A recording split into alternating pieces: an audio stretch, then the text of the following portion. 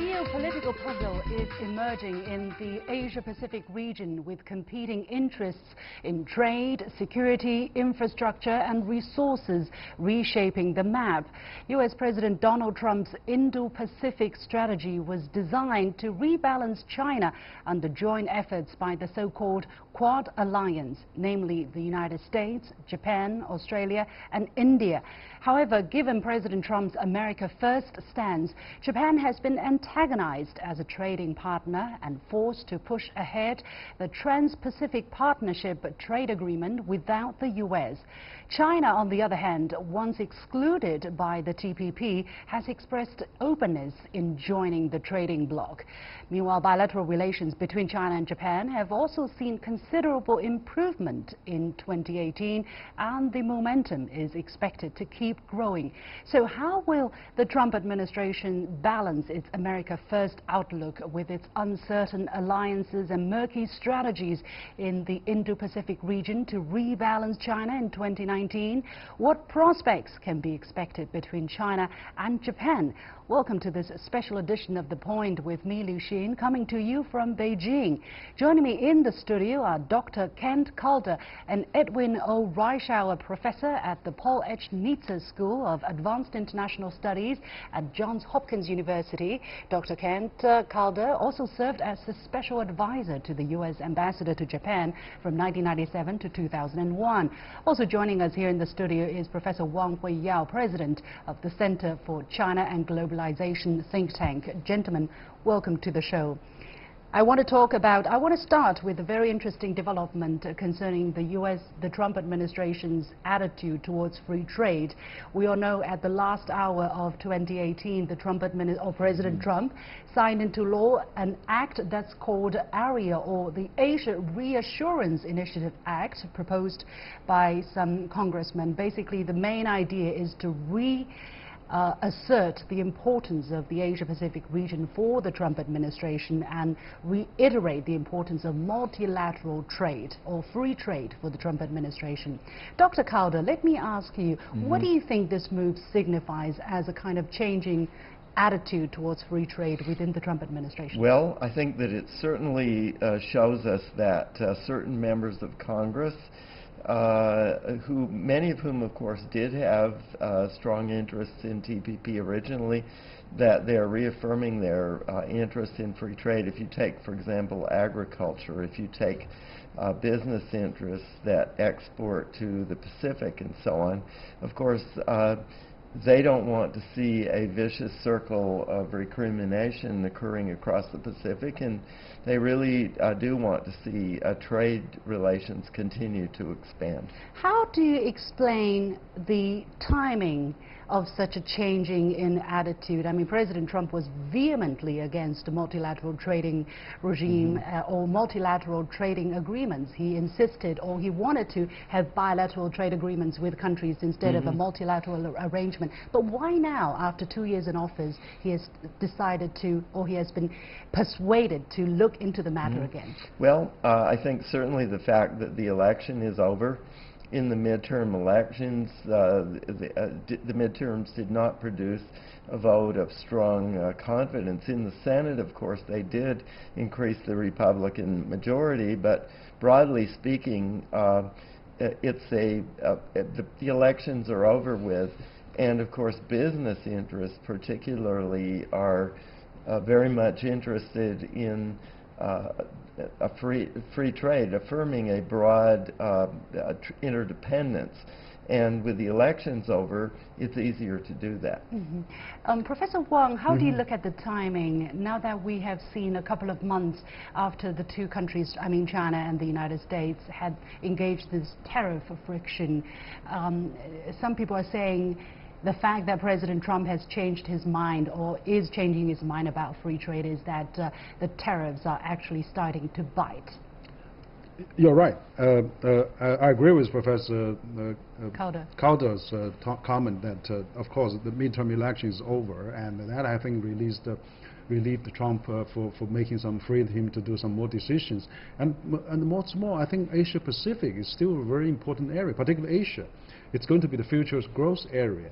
And also, I think this is probably a coincidence that President Trump signed at the end of the year of 2018, but then TPP 11 is to become effective on the last day. Yeah, simultaneously. Yeah, on the last day of 2018. So you can see it's not a coincidence. I think that you know, the Congress, President, probably the business community in general, feel that Asia, which will be the future growth of the world market, potentially the largest one, and also with China also in this region, and so I think they want to economically shows that U.S. is still want to be more involved there, and I thought also that business actually is pushing that, because you remember the Bloomberg had a new economy conference in November 6 in Singapore. Same day on midterm election, 400 business leaders came to Singapore. I was amazed. I was one of the Chinese speakers there. But it shows the importance of U.S. business community attached to the Asia-Pacific region, particularly you know, I also think we can't forget what was happening in the financial markets.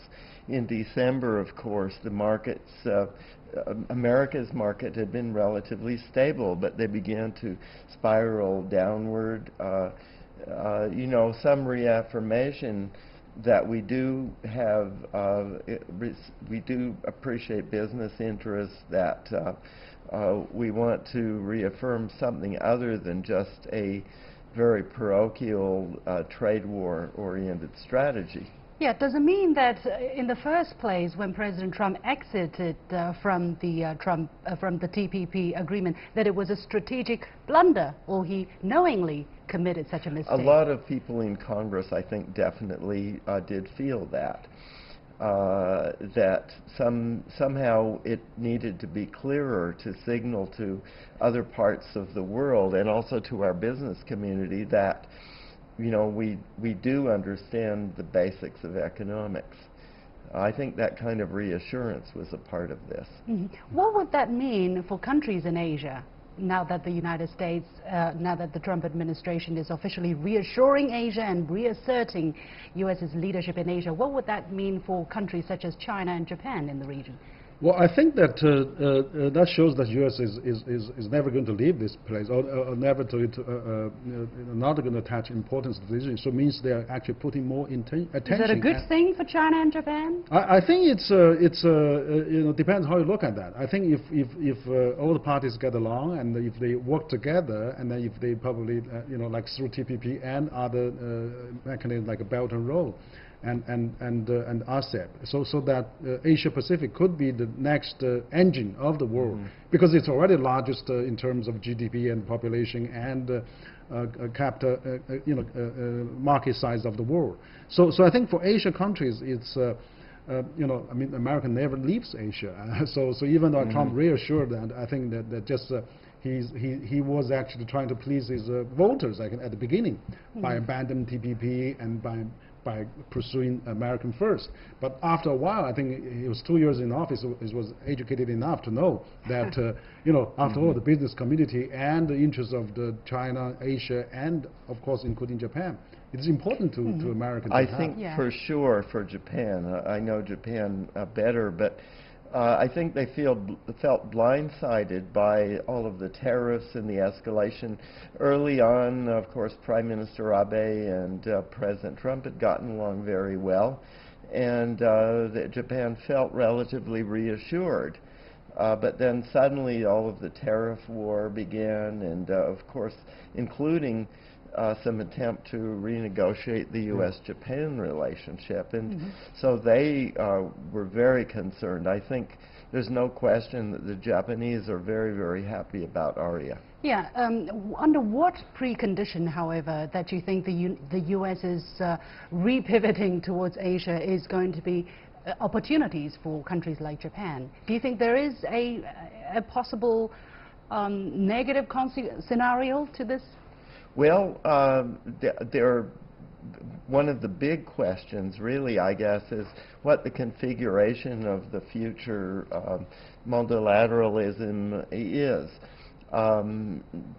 If it is supportive of things that Japan ultimately wants, it's potentially, I think, a mixed picture. How do you think the new version of the TPP, which is called the Comprehensive and Progressive TPP, or CPTPP, or TPP 11, let's say, the TPP without the United States, how is that going to be impacted? I mean, when we talk about 2019, are we potentially looking at the possibility that the United States want to rejoin this trading bloc, Professor Wang? No, I think that it will be a temporary decision by President Trump that withdraw, because I think that the majority of public business community and including a large part of Congress is still wants to coming back to TPP. And President Trump even said at last year's Davos that he may consider joining back if TPP is good enough. I think now, after the multilateral system, after the WTO system being probably dysfunctional for the last 17 years of Doha round, now there's a new version of a mini WTO is taking shape, and then it's much higher standards of a new version of a free trade agreement, particularly emphasized on the service, which is, I think, is extremely important for this part of the new economy to grow, digital economy, e-commerce, technology, artificial intelligence. So if there's a new agreement to lock up all those new services, new investment, financial services, I think that U.S. will not probably get away out of that. I think eventually it probably will come back. So the best scenario is that if China joins TPP, if the U.S. joins TPP, and then it's probably much better to reform and to experiment the latest, most advanced new way of trading, free trade. Maybe a breakthrough for the talks that have been stalling. Right. That's right. It's a breakthrough because WTO have 168 countries. It's very difficult to get an agreement by consensus. But if a TPP is only a dozen countries or 15 countries, it's much easier. That's why even UK wants to apply for TPP. Yeah, Dr. Calder? I do think that a regional agreement would be easier. I mean, ever since the mid-1990s, Fred Bergson, for example, worked hard to enhance APEC, and there was a point at which we thought that APEC would be the basis for major trade, and of course TPP itself was of that nature. It's far easier. The Pacific is the most dynamic area of the world economy. It can be a leader, and it's easier for it to be a leader because it's growing. And so trade innovation is far easier. And ideally, I mean, I remember when TPP was being discussed and negotiated, some of my former associates and students were involved in that, and in the end, they all felt, even on the American side, that certainly an agreement needed to include all of the major nations, including China as well. And it could be through the back door. This may be an opportunity in the long run to do that. It's actually quite interesting, right? When we first talk about the TPP, it was kind of widely understood or interpreted that TPP was made to exclude China, to balance China's economic or trading prowess. And now that the United States has exited, it's actually become an option for China. Is that what we're looking at, Professor Wang? We felt there's a lot of opposition, maybe a misunderstanding, because they say, oh, China has within China? I think with China, yeah. Because there's several talks of that. First of all, TPP is so high standards that China cannot meet that. For example, like IPR protections, intellectual property, environmental SEU reform, and all those things. But also they will say China has RCEP is in talking. Then at that time, people's feelings are we're going to conclude RCEP very quickly. But as a matter of fact, it takes such a long time, still hasn't concluded, whereas TPP already become effective. So I think in the last 2 years, the dynamic has changed quite a bit. But also with this trade war, that China has realized, actually upgrade itself, having a better standard on the service. It's actually helping Chinese, because we have a lot of service companies like Xiaomi or Huawei or Alibaba or Tencent or even ZTE all wants to go aboard, but there's no international agreement to protect them. So by joining TPP, actually it's going to do good to China, and also China is going to upgrade it anyway. Why not? If Vietnam can be part of that, why not China? I think as well that internationally speaking, for China to engage with TPP would be a symbol that it is opening, that it is willing to be really a key global leader on these issues. It would be a positive symbol, I think, from the rest, or to the rest of the world, of China's willingness to engage. Did you also perceive kind of a change in China's attitude, or whether China is welcome in the TPP over the past 2 years? I think, you know, I think we have seen an evolution in Chinese policy, to me, which is quite impressive. You know, the early speech that President Xi gave in Davos, and then many of the other things that have developed recently, some of the trade agreements. Of course, China's economy, even if it might be slowing, it certainly is growing rapidly relative to others, and that makes the process of liberalization easier. It seems to me this is a very interesting window of opportunity. You just mentioned ARIA, which I think affirms that the U.S. Congress, even if the administration might rhetorically be slightly in another emphasis, the Congress is positive on this kind of an idea. The other thing is in the relationship of China and Japan. Of course, there was a positive. Prime Minister Abe was here. Prime Minister Li Keqiang was in Japan. 2 positive meetings. Also, we have the G20 coming up, and the possibility of a major visit there. So it's a window of opportunity, I think, between China and Japan as well. So Japan would very much welcome China's participation, are you saying, to the CPTPP? Well, I would say there are mixed positions inside Japan, but I think there are some significant support. And this is a time for deliverables, for positive developments in Japan-China relations, I think. I think that actually Japan,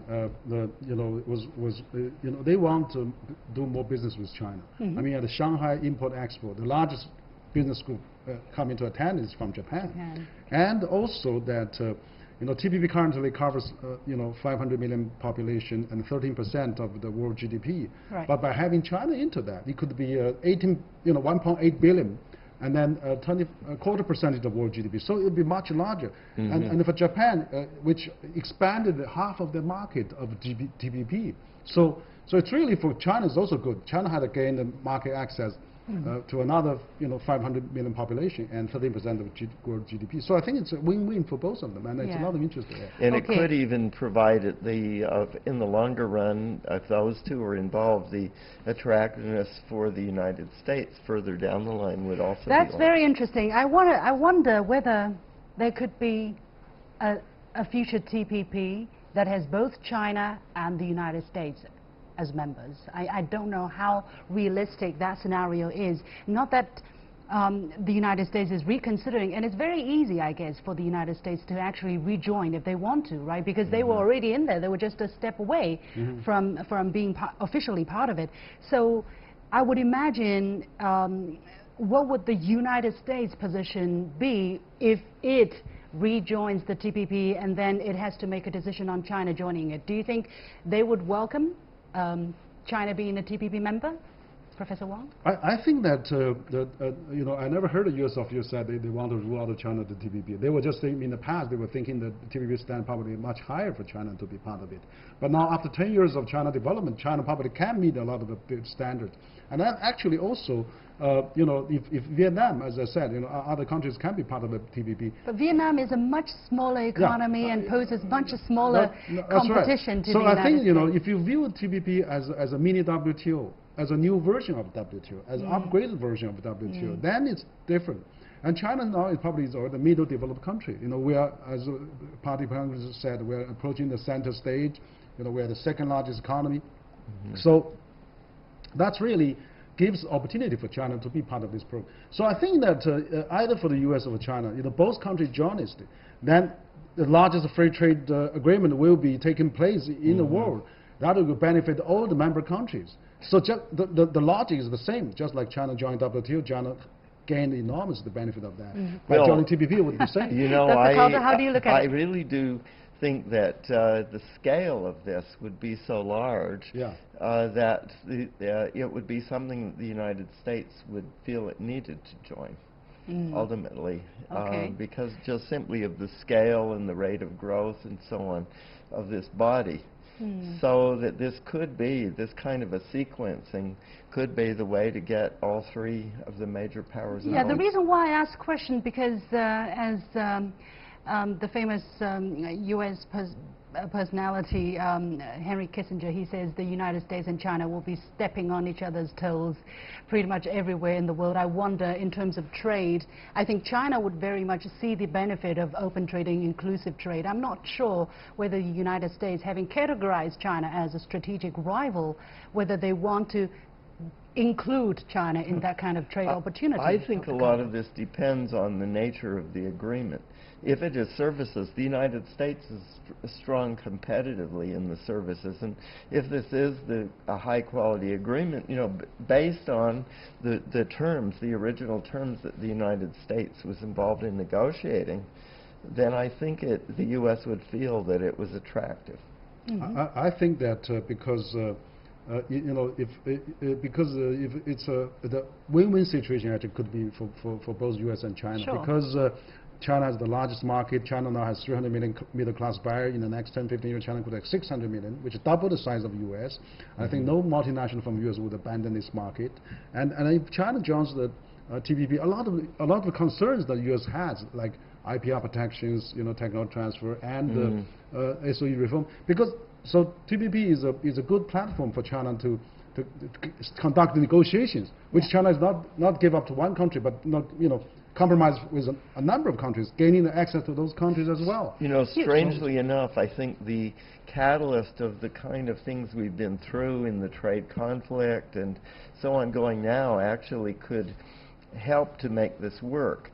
In other words, some of the changes that may well happen in the bilateral negotiations of the U.S. and China now would also prepare the way and make it easier to have for all three of them to be in agreement. You know, you are comparing the future of CPTPP as what WTO did for China, right? So it's a higher level of globalization, higher level of reform and opening up.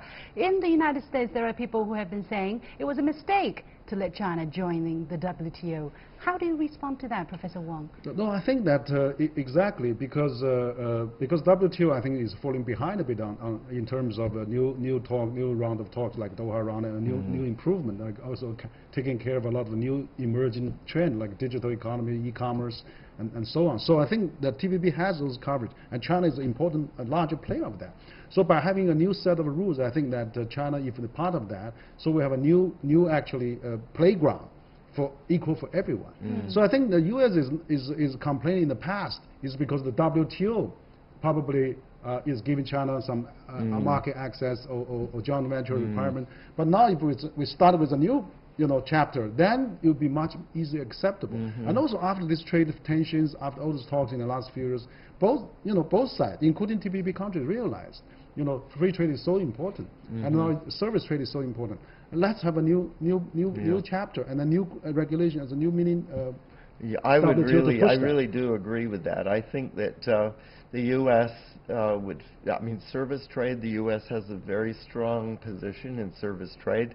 Intellectual property protection, of course, it feels is terribly important. If those two things were accepted, it would feel that there's a level playing field here. Yeah, the interesting thing, however, in terms of service trade, the U.S. never actually has anything to complain about because it has always had a service trade surplus against China. The problem is the manufacturing. Where you have an open, open market, where you have jobs, manufacturing jobs being taken offshore.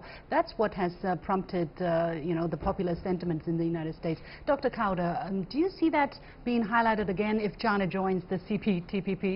The manufacturing side? Yeah, what's going to be the response from the manufacturing sector? Or is it too difficult to tell at this moment? I think that is certainly, it's a major battleground in American politics. That will be what would slow down this sort of thing. The question is whether they will be dominant. And the area agreement itself suggests that perhaps the manufacturing sector, the Rust Belt and so on, will not be dominant forever.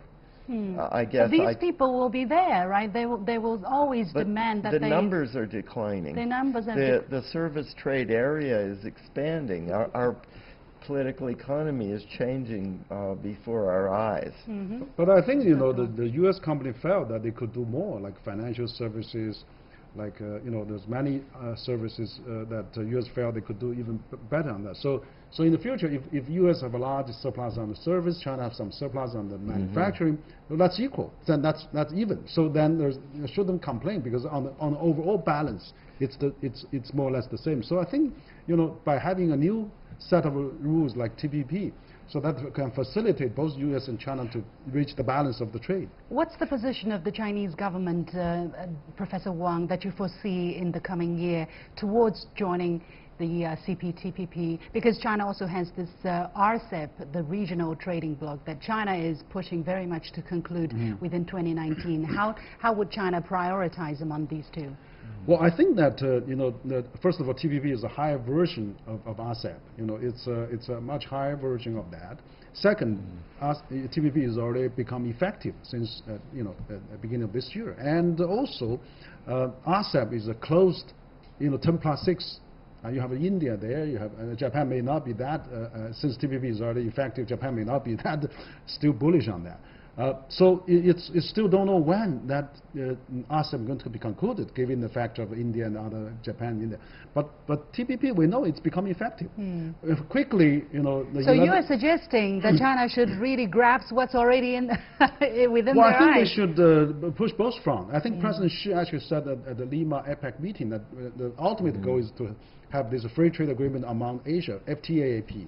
So by having within the TPP and RCEP, which will be a strong foundation for the future free trade agreement for Asia. So I think that's probably for China to be, you know, in both camps would be a great way to go. Yeah, Dr. Calder, your recommendation? Well, no, I do believe that the road of the future is these sectors. Intellectual property protection is China develops its own internal technology, and increasingly perhaps it will do that. You know, the IPR is going to be more and more important for China itself in its own interests. Service trade also is rapidly expanding. It builds on the strong manufacturing capabilities that China has. So I think for China's future growth and also the strength of its own internal technology vitality, this is really, it makes a lot of sense. Actually, we just recently issued a recommend China to join CPTPP report, as a research report recently. And then the next day after our report, the spokesperson for the Ministry of Commerce said, China is, you know, is open to all the, you know, free trade agreement and not excluding any possibilities. So that's a positive response, I think. Yes, it's a very interesting topic. We're going to keep a close watch on the situation. Many thanks to my two guests, Dr. Kent Calder and Edwin O. Reisschauer, professor at the Paul H. Nitze School of Advanced International Studies at Johns Hopkins University, and Professor Wang Huiyao, president of the Center for China and Globalization. Many thanks. And with that, we come to the end of this edition of The Point with me, Lu Xin. As always, you can follow me on Facebook and Twitter using the handle The Point with LX. Download the application called CGTN to watch the show on your mobile devices, or go to YouTube and look for CGTN The Point. Thanks for watching. You've got The Point.